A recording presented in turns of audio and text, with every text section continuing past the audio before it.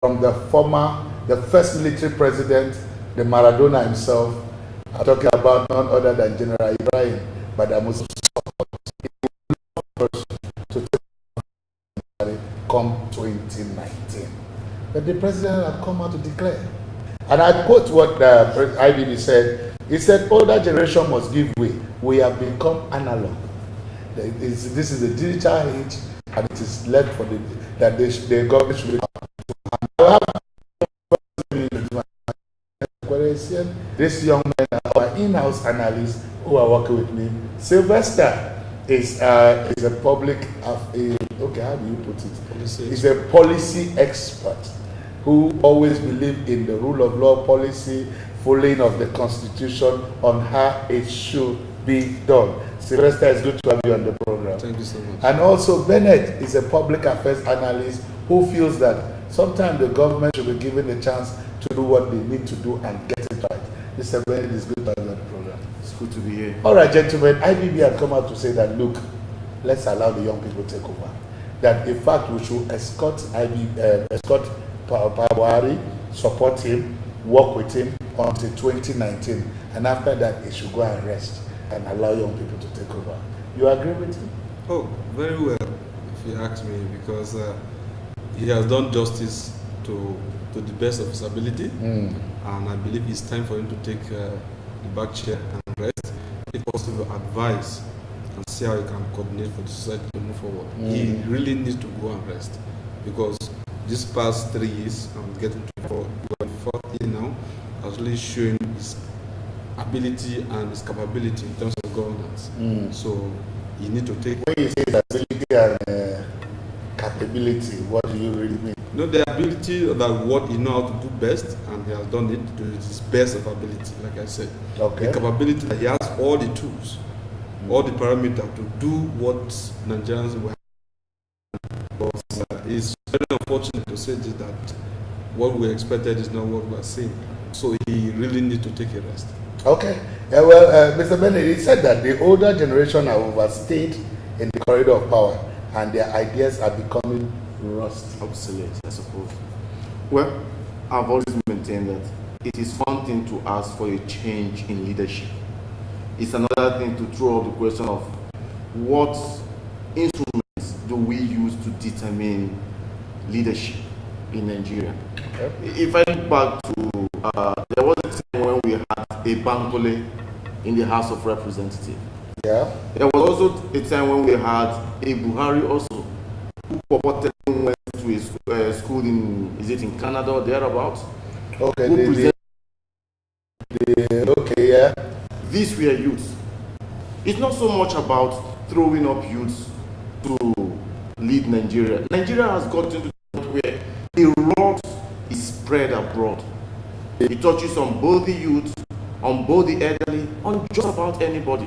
Okay. Most often than not, we have a situation where people who were in government and performed poorly suddenly become statesmen who, having left the field, now have a better understanding, a better picture at the horizon, and begin to issue advice, begin to profile solutions that they themselves know they did not create the foundation to make it work. But because now, like you said, outside the government now, they have come to maybe realize the mistake. Do they have the moral justification? Not at all.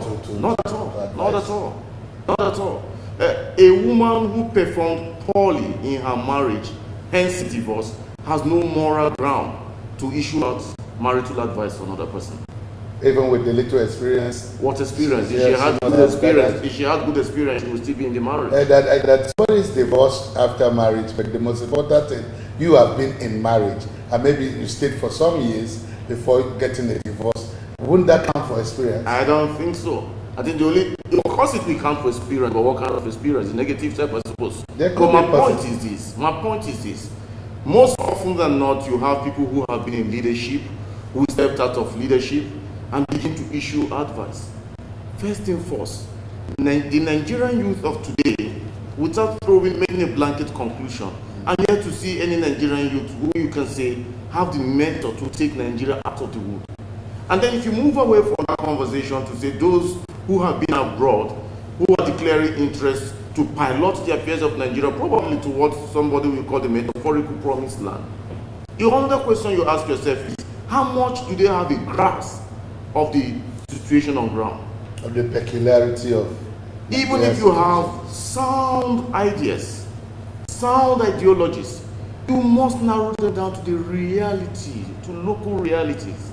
Okay. So, good enough that IBB is beginning to, at a very unfortunate age and stage in life, is beginning to see the disadvantages of what his generation did to the polity. I don't think they created enough playing field to bring up a generation of Nigerians that can really redirect the country to the path of national growth. Okay.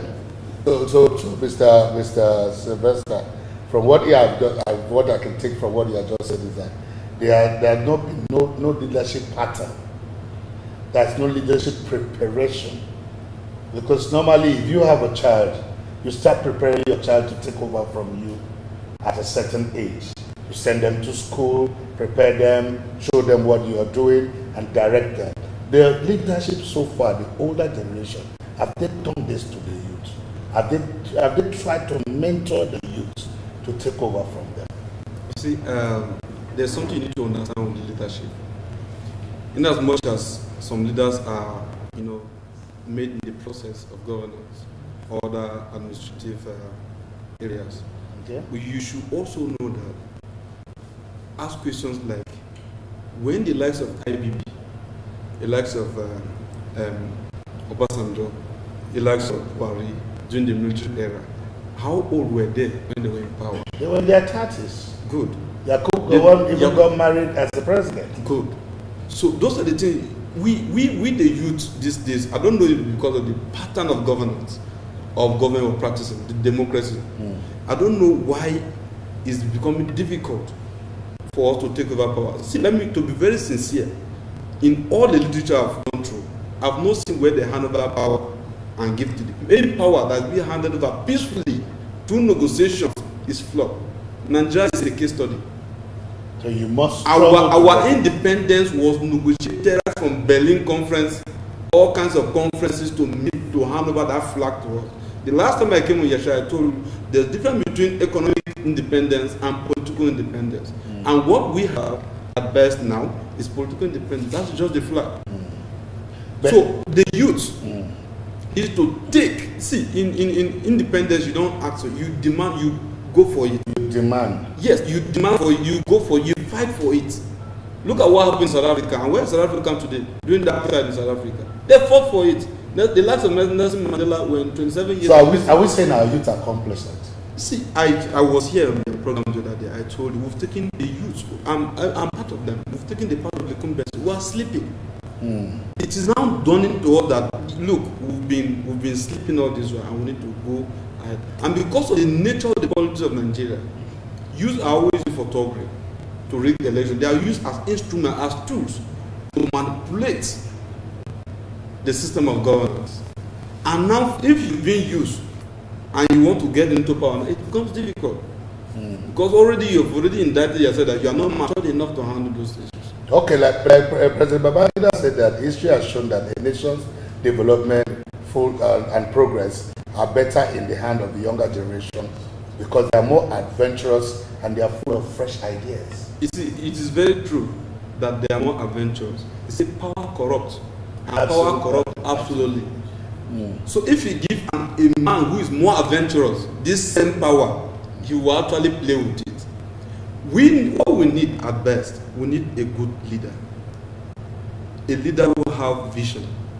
People who stay in UK and US and other parts of the world, and say they want to become the president. You don't even know the political situation of Nigeria. You don't even know the landscape of Nigeria. And like I said earlier, when I came in one of your programs, I told you, I said, whoever want to take this country to the path of development that we anticipate, we must redirect our economic pattern. We are pro-West. We focus on US and Europe. Whatever they tell us is what we do.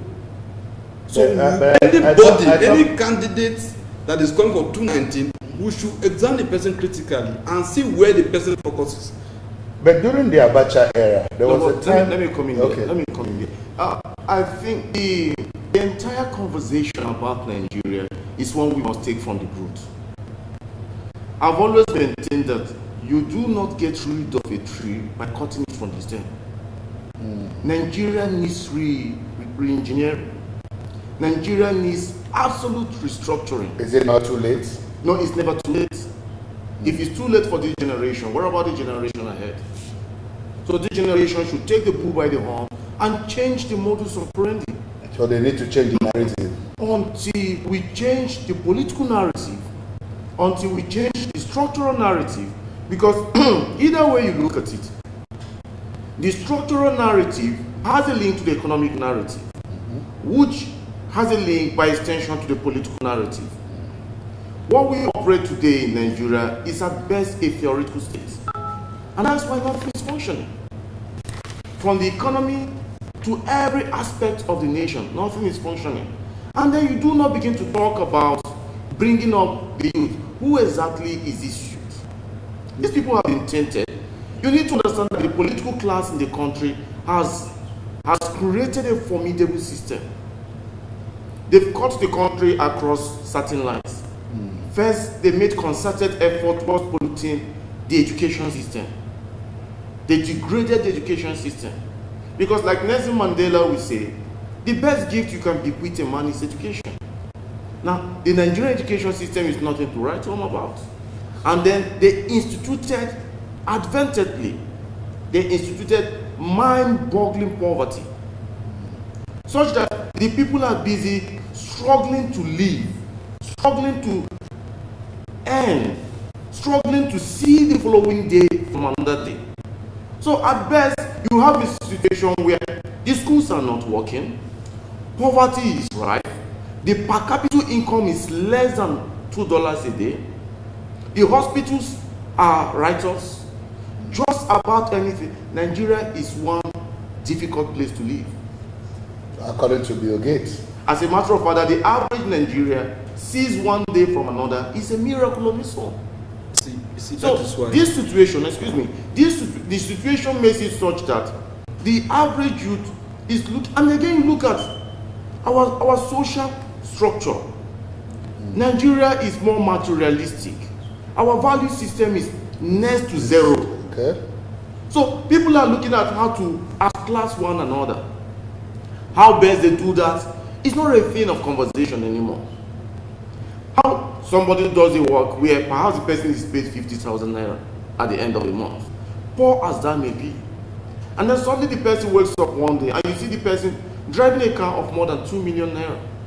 Something you know it will take him more than 2 years to get that, and then nobody asks, how did you arrive at this luxury? Instead, people are celebrating. And then these are the same people we say, give them a chance. They are members of the digital age. It's not about digitization. It's about content. It's like that when we were growing up, our moral standard was on point. We were moralistic. We could follow things, follow trend, and we could get it right. At what point did we lose this? you see, in a society growth, there are stages. Now, like according to Rostow, like if I may recall, you see the society moved from stage to stage. There's a traditional stage where the society always believe and depends solely on agriculture. We had that stage during the cocoa, the cotton pyramid. We had that stage. You see, the society will move from that stage to another stage called the preparation to take off. Okay. You know, in that stage, you begin to have institutions of like banks. Okay. But, you know, in the traditional society, it was barter trade. Okay. So the society grow with everything. There's a concept called negation of the negation, that if you are moving from one stage to another, for example, if you are packing from your house to a new house, no matter how rich you are, there are some things that must follow you. You cannot just eliminate everything at the same time. Such as your name. You cannot leave your name, your former house to follow you. Okay. So those are the things that must follow you. So this society is moving at its stage. Now, the stage where we are now is called the drive to maturity. And if you can get things right at this stage, it's always like this. There is no country that skips most of these stages. It's a linear process. It's a sequential arrangement. You cannot move more than this. So, in the era where you ask, during our time, things were better. You know, there was this moral decadence among the people. I remember that you can have a girlfriend in this community. Even if you travel to Lagos, you spend 2 years, nobody will go close to that woman. But now, even when you are with your friends, and your girlfriend is stretching his leg to touch her. So the moral lesson has been dropped. It's because of this transmission, that movement from one stage of the society to another. Okay. We will get to a stage like the stage where US is now. Is the stage of mass consumption. When you have so much, you've developed, and you realize that, look, even the money you have, you don't have anything to use it for. You begin to produce things like sex dolls and all those. Okay. Sponsor unnecessary crises. It's more of an idle mind. Sponsor unnecessary crisis. You see US in Syria, US in Afghanistan, creating crisis to spend money. Do you understand? So those are the stages we must go, and you get to that, you start declining. So we are on the path of development. Okay. What is disturbing us now, or what is happening in Nigeria, especially in Africa as a whole, is a process of developmental growth. Okay, now with the president's declaration and all that, and recently, you know that today he patted the government on the back and gave them a high score, that they have not done badly, and now that's what he told the Prime Minister of England, that they're not done. But right now, he's not even concentrating on 2019, but he's concentrating on the three major points. That was the manifesto point that brought them into power, which is security, economy, and I think what was the third one? Security, economy. Well, he mentioned three things anyway, okay. And corruption. Right? Okay, those are the three things: security, economy. That he wants to concentrate on those three things. That is not concentrated on 2019. So with the president coming out now to declare that, look, I'm contesting again. Where is the place of the youth in this? So let me explain. How do the young people now fight that? Let me explain. You see, President Muhammadu Buhari has tried to the best of his ability. What we have now is at its peak, like, is the best of Buhari he can get. So anything from now will go worse than what it is already. Now let me explain. Buhari came with the mindset of fighting corruption. The country, the economy, everybody started deterring from their homes. The body language. Dollar rise from that instant moment he won the election from 180 naira per dollar to 520 naira per dollar. Do you know why? Because some people have looted so much funds and they were preparing to run and leave the country called Nigeria because Buhari is come to fight corruption. So they pulled out all they used the naira and buying the dollars. And that what cost about the increment of the dollar. So, and it came, eventually we did not see any fight of corruption because nobody have been convicted. No, but the first time he won the election, the first 3 months, there was that body language thing that the lights became steady. The Buhari yes. Things started working inside. This is why after 3 months, let me come in at this point. You see, the Nigerian Constitution gives any elected officer 2 shots at that particular position. I agree. Now, it is suicidal for any elected officer to use his first shot. If you have the hope of running again, it is politically suicidal to use your first shot at that seat to show all your cards, so to say. Now, Buhari, in his wisdom, I have always said it. At several times I have said, I know Buhari will contest again. Probably he was the person who didn't know he was going to contest again, but I knew he was going to contest. And I saw the political arithmetic around him that he was going to contest. So he's saving his best card for a future that we can't see yet. Absolutely. But one thing the takeaway here is, when Buhari comes in the second time, what you saw in 1984 is just a tip of the That's what Sergei said. Absolutely. But wait, that was the same mindset that Goodluck Ebele Jonathan had. That, okay, when I come the second time, I'm going to correct this, I'm going to do this, I'm going to do that. I was of the impression that your best shot happens from your first step. That if you want to give the best, you do the best now so that people can clap for you and say, okay, because you have done well, let's give you another chance. But you see, you need to understand something. You need to take certain factors into consideration. Nigeria has kingmakers. It's not just about going to the pool, casting your ballot and waiting for INEC to announce whatever they arrive at as the result.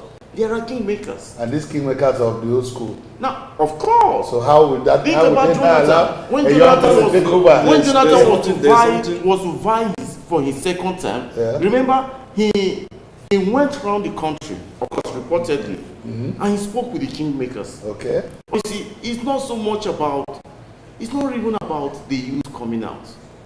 First thing first, you have to ruffle feathers. You have to clip the wings of permit me to say kingmakers.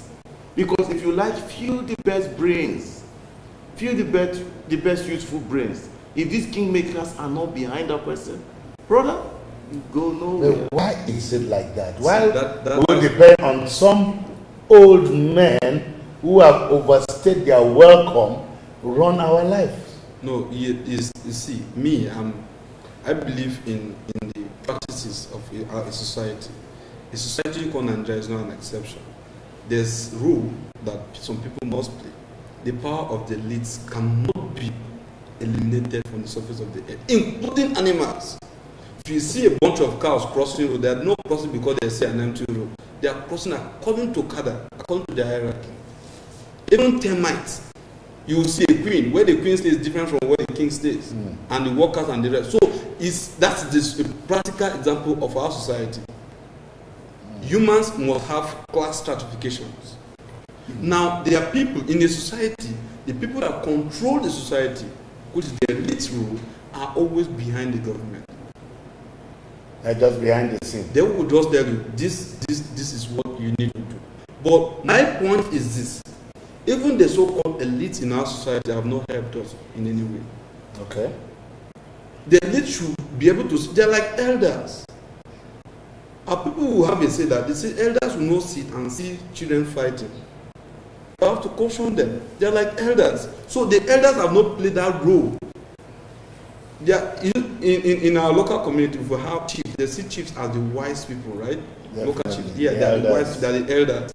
They settle dispute, they try to come together and bring idea that will salvage And whatever unify situation. the people and all that. And bring development.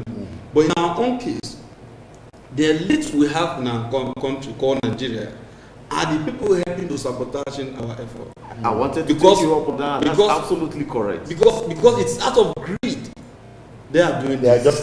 just thinking of themselves alone. Selfish interest, self and their families. You know, I've always insisted, sorry to interject, I've always insisted that the era of statesmen is long gone in Nigeria. Nigeria.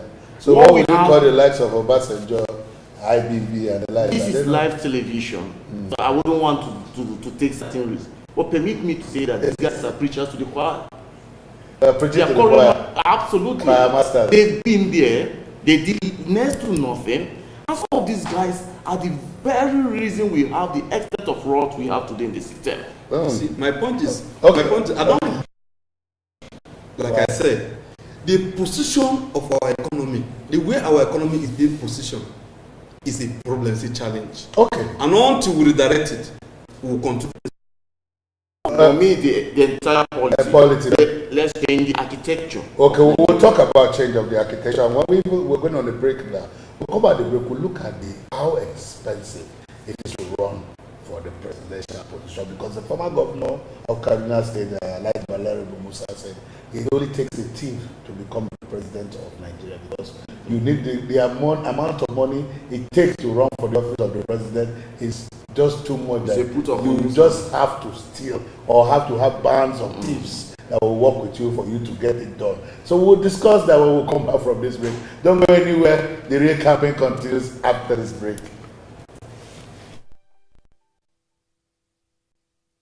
Welcome to Living Treasures Academy. Enjoy a conducive and serene learning environment.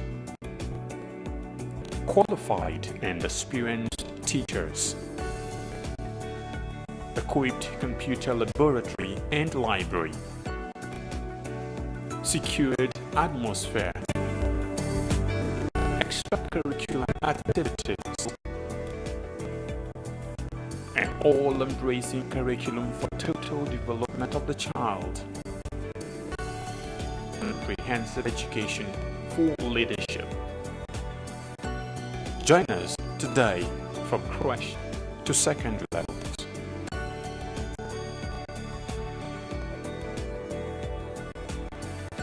Living Treasures Academy, committed to excellence.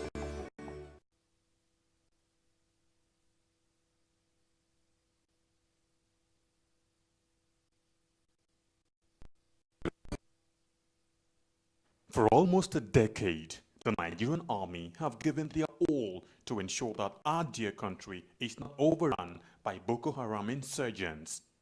Some have in the process paid the ultimate price, while many will forever live with indelible scars occasioned by their determination to protect the country, no matter the hurdle.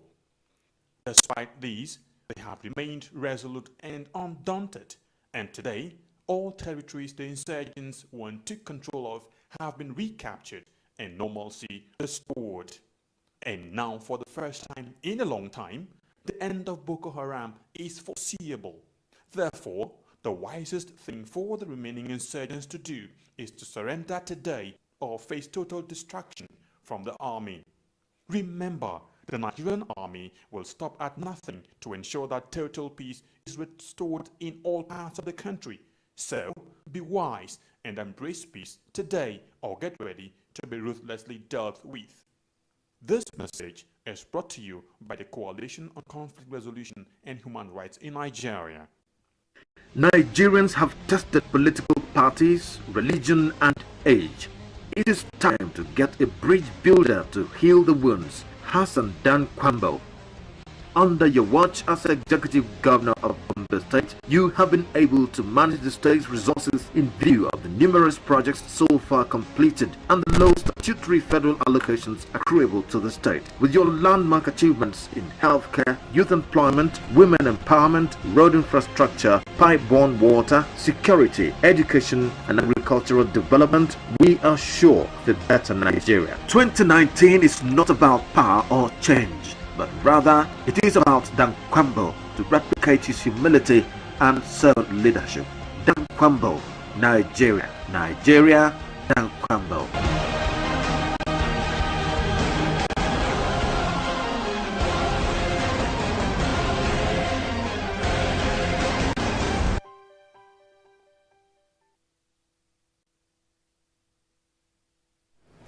Welcome back from that break. You're still on the Real Campaign on Television Nigeria, and we have been discussing the Not Too Young to Run bill, looking at the possibility of the youths taking over the mantle from the elders, because the elite or the elders have really held us back. I think they have caged the youth out of governance and making sure that the youths don't have any chance to penetrate. But luckily for us, President Olusegun Obasanjo just started it because it was when he was with some youths that he did mention, gave us we have this English. They know I'm trying to look for that local English that we use. He gave us some fabu style that we will use to push away the present government and the youth to take over. And he did tell us truly that, just like Mr. Sylvester said, nobody will hand it over to you. You have to go out and grab it. But now, like I said before we went on the break, in as much as Mr. Bennett refused to mention names and say things that we don't have statement anymore, Balarabe Musa has always been a commentator who has spoken for or against any government that is either doing well or not. And recently he had come out to say that for you to contest, you are either a thief or you are surrounded by a bunch of thieves, or you have a gang way of getting money, because running for that office is very expensive. How will a youth now, or when will the youth get that kind of capital to run for presidency? It brings us back to the earlier point I had made. We need to restructure the system.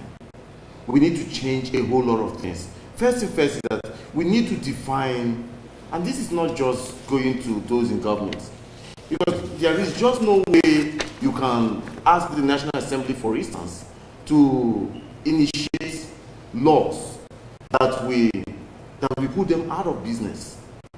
There's just no way you can do that. Understanding, of course, that man's first instinct is at self-preservation. Now, beside that is that we need to set up the stakeholders, civil society organizations, relevant stakeholders need to begin to come up with models aimed at leadership development in Nigeria. It's not just about corporate leadership development. It's about national leadership development. Taking into consideration all the various components that makes us a peculiar society. When we bring that on board, we also bring the issue of how should Nigeria run? Should Nigeria run as a federal system? And if Nigeria must run as a federal system, what are the elements that constitute a functional federal system? What we run right now, like I earlier said, is a theoretical state. There should be a referendum where everybody will now sit down and say, okay, look, let's restructure. That's where the call for restructuring comes in now. But you see, the challenge is that there will never be a referendum. I was at the 2014 National Conference from start to end. And one takeaway from that conference is that the elites, the so-called statesmen, are the problems of this country. Because the philosophy of the 2014 National Conference was valid. We needed to find an instrument for national progress. But on getting to that conference, what I realized was ethnic agitation, regional clamor for relevance. Now, at various, take the 36 states of the Federation into consideration, there has to be a deliberate process of bringing up leaders, of training up leaders from Borno to Potiskum, from Port Harcourt to Calabar, from Lagos to Enugu. There has to be a deliberate system, because in the pocket of every geopolitical zone you have in the country, there are potential good leaders. And if you choose to bring everything to the national level, it defeats the aim. You see, we are all concentrating, absolutely, we are all concentrating at the federal level. And that is what makes Nigeria a kwashiorkor state. That is what makes Nigeria not working.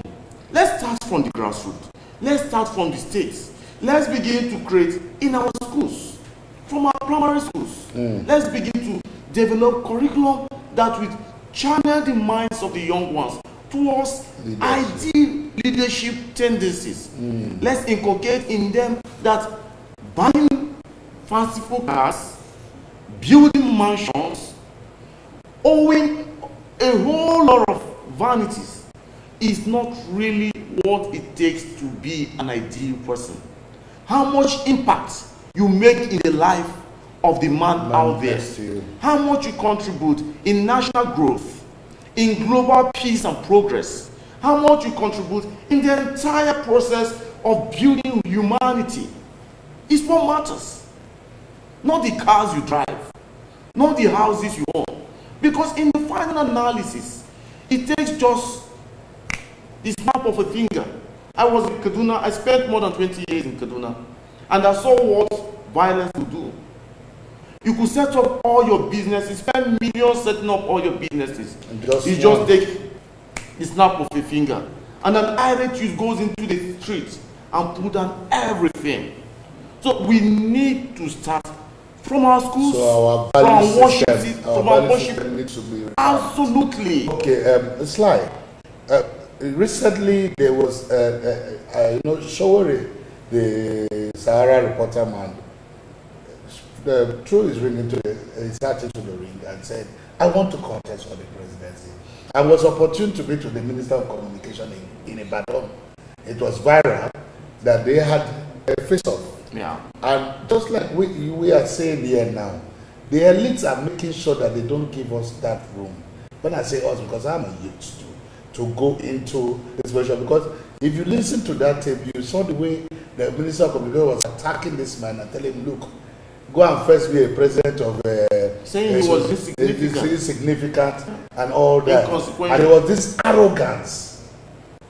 There was this typical arrogance of the elite that, look, you guys can't do anything.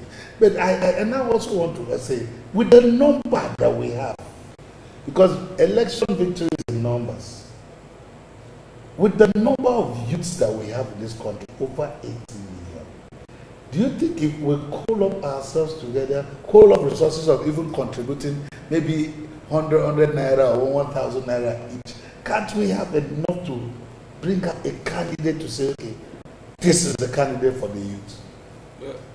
Unfortunately, we cannot. Unfortunately, we cannot, because you need to understand how the society operates. That's my anchor points. No, you're a policy man. You need to understand how the society operates. Now, Bennett spoke about federalism. And if you go to the literature, they will say we're practicing federalism. But there's true federalism. You see, the problem is in the structure. We had the National Conference of 2014, and the report was just the endorsement becomes the problem. Now, I will explain why those things are happening that way. In true federalism, there's what we call concurrent list, there's residual list, and there's exclusive list. So now, the exclusive list is for the center. These are supposed to be things like foreign relations, currency, and defense. It should not be more than those three areas. Now, the concurrent list should be at the state level. Anything that has to do with infrastructure is state. Agricultural development is state. Education is state. Health, they're supposed to have. But if they implement that, the center will be weak.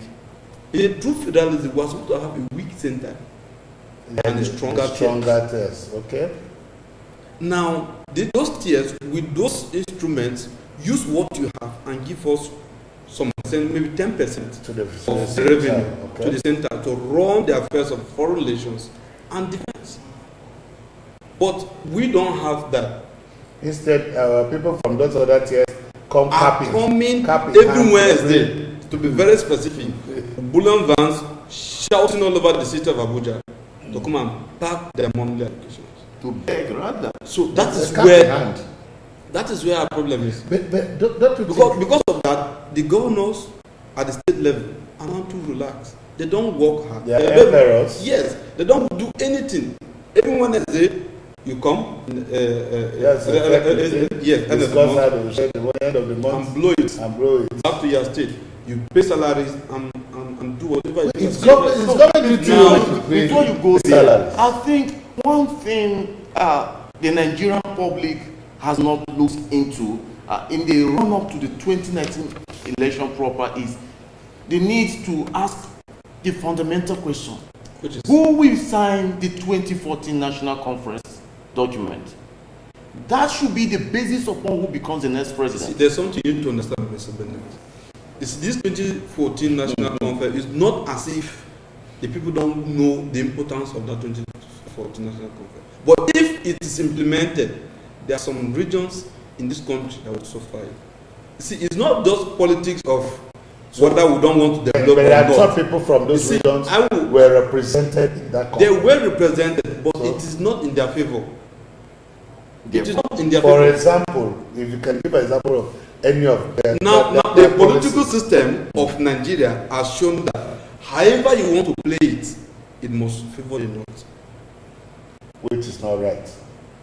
However you want to go about it, either by appointment in Nigeria, either by appointment or by elected position or member of the House of Representatives, it must go to the North. How many does SAD have?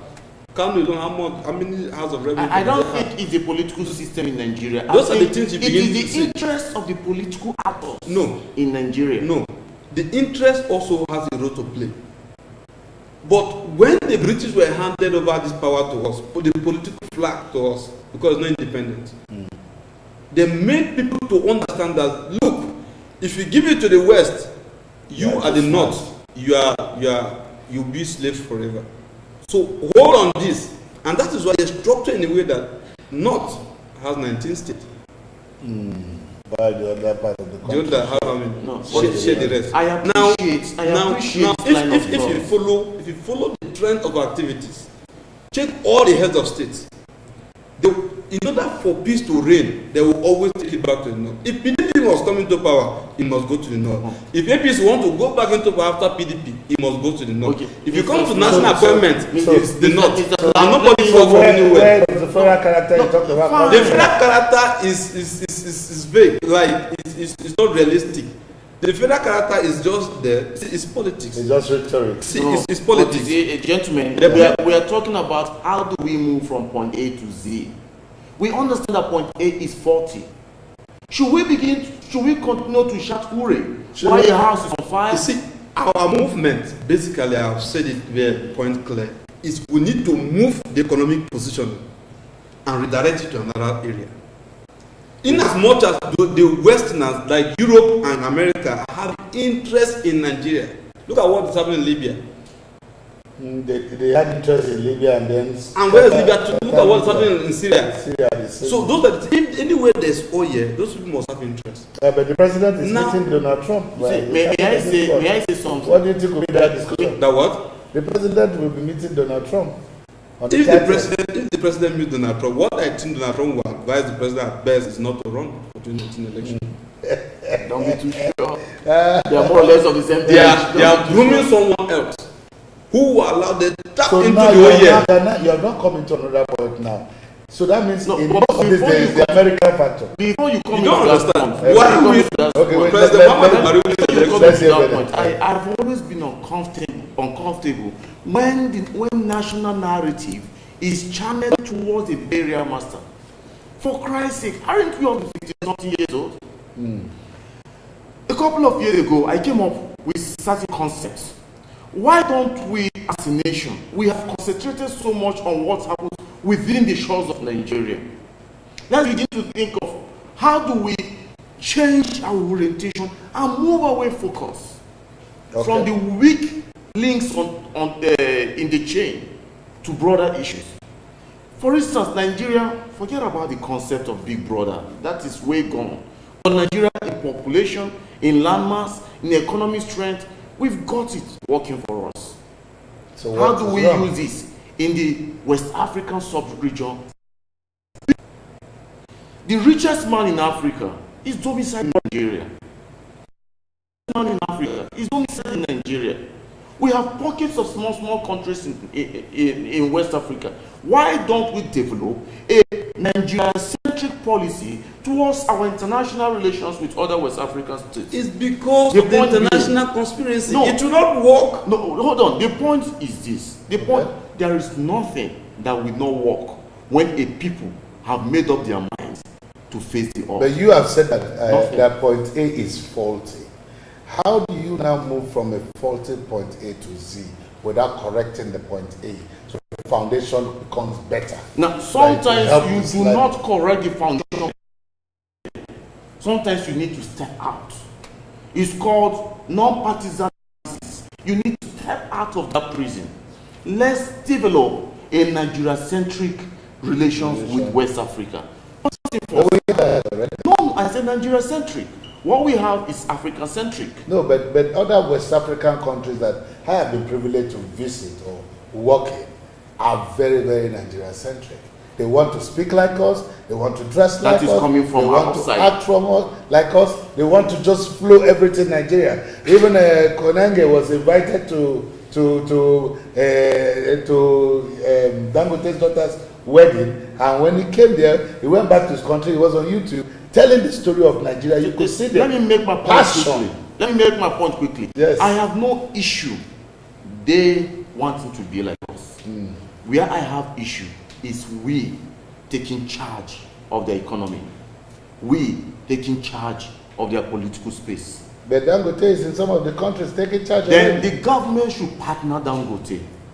The government should partner Tony Elumelu. But sorry, sir, is this not the same thing that America is doing to other countries? That is what we should do to other countries. The world has always run along that paradigm. From the Roman Empire to when Egypt was on the scene. So the paradigm you cannot wipe it into a off. place, conquer the place, make it your own, and start running things. The analysis of how society grew, and you go to a certain stage, they decline. We've had the Roman Empire that reigned and declined.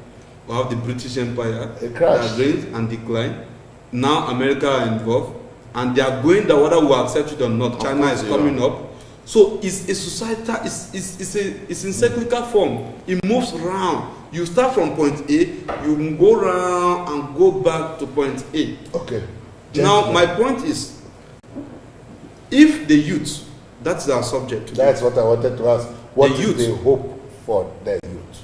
The hope for the youth is, one, the youth will need to look inward. Like I said, we should not do politics of bags, sharing money here and there.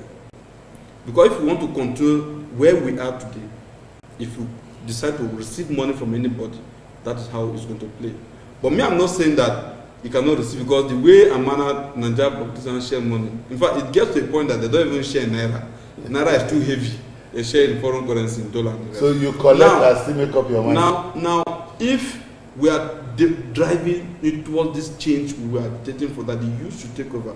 We should not just take over and not, working in accordance with what we play. Like I said, they appear in the program. I said, look, we have various candidates. We should look at this candidate and look at whoever have the economic structure. You see, anybody who understands the economic structure of this country is the person that will liberate us. And do you see anybody that has that so far? A lot of people have declared interest. But we've not heard their We've not heard their manifesto. And all we are hearing rumors. Some will say Atiku want to run for the government. Dan Kwambo is coming. Buhari himself has already declared. So if you keep Buhari, Atiku, and Dan Kwambo, you have to do a background check. What has Buhari done for us right from 1980s when he was in power and up to now? What has Atiku done for when he was the VP? What did we achieve? Now, Dan Kwambo was what? The Accountant General of the Federation. Yeah. Those are the people that understand the economic system of our country. So we need if you go back to Gombe State, look at what is done.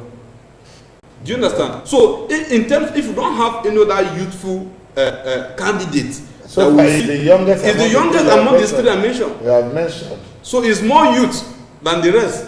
So you understand? And you understand the economic dynamics of the country. If I were to choose, I would go for Dan Kwambo. And what about you, sir? The journey to a youthful presidency in Nigeria is still far. The critical mass that decides electoral victory in Nigeria, they are not the people in the urban centers. They are the people in the rural areas. And this message of youthful presidency has to be taken there. Start from the grassroots. Start from the grassroots, not here, not in Abuja where we drive on well-paved road, drink water from boreholes. But sorry, you need to understand the society where we are. When the digital society. Do you know why I'm telling you this? Now, the people in the cities, Lagos, Abuja, Port Harcourt, are the ones that have privileges I am to telling get you, this information as quick as possible. I am telling you this because I have covered elections down to the grassroots. Okay. When was that? I covered. When you covered the election, was there Instagram? Absolutely. Was there Facebook? Absolutely. And how effective were those social media? I covered the 2015 election. I was a presiding officer in the 2011 election. There's a transition, a partnership that. The Facebook you have yesterday, today you updated. Social media is not as effective as electoral education at the grassroots. Okay. And we get there. Well, I'm not against the electoral education at the grassroots. But through what platform? What are the tools are we supposed to use to send this message to the grassroots? Physical, man. There's no electricity down there. Okay. So, ladies and gentlemen, we will continue this conversation tomorrow, possibly, because our time is fast spent, and I can gather some very, very salient points from the two of you. And I hope you watching us at home, how you're also taking notes, because the youths are the nation, like they will say, but are the youth really prepared to take over this nation? This is what I need you to ponder upon. Until I come your way again tomorrow, gentlemen, thank you for being part of the program. Thank you very much. So, until we come your way tomorrow, don't just touch it down. Keep watching Television Nigeria. Other programs are very interesting programs will be coming your way. Until I see you tomorrow, stay blessed and God, and just enjoy yourself.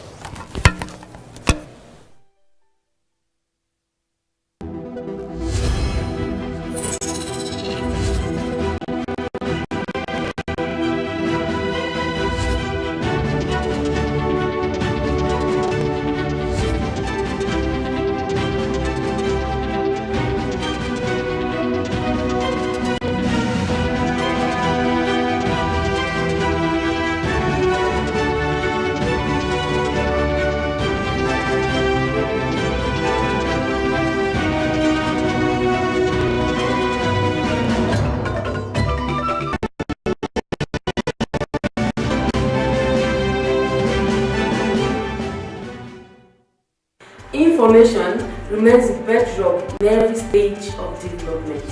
It develops both the human mind and the society at large. Television Nigerian is here to avail you with that information you need for all-round development through its mind-blowing programs such as news, talk shows, health and safety, governance and politics, sport, entertainment, kiddies, documentaries, finance, global happenings, human disposition,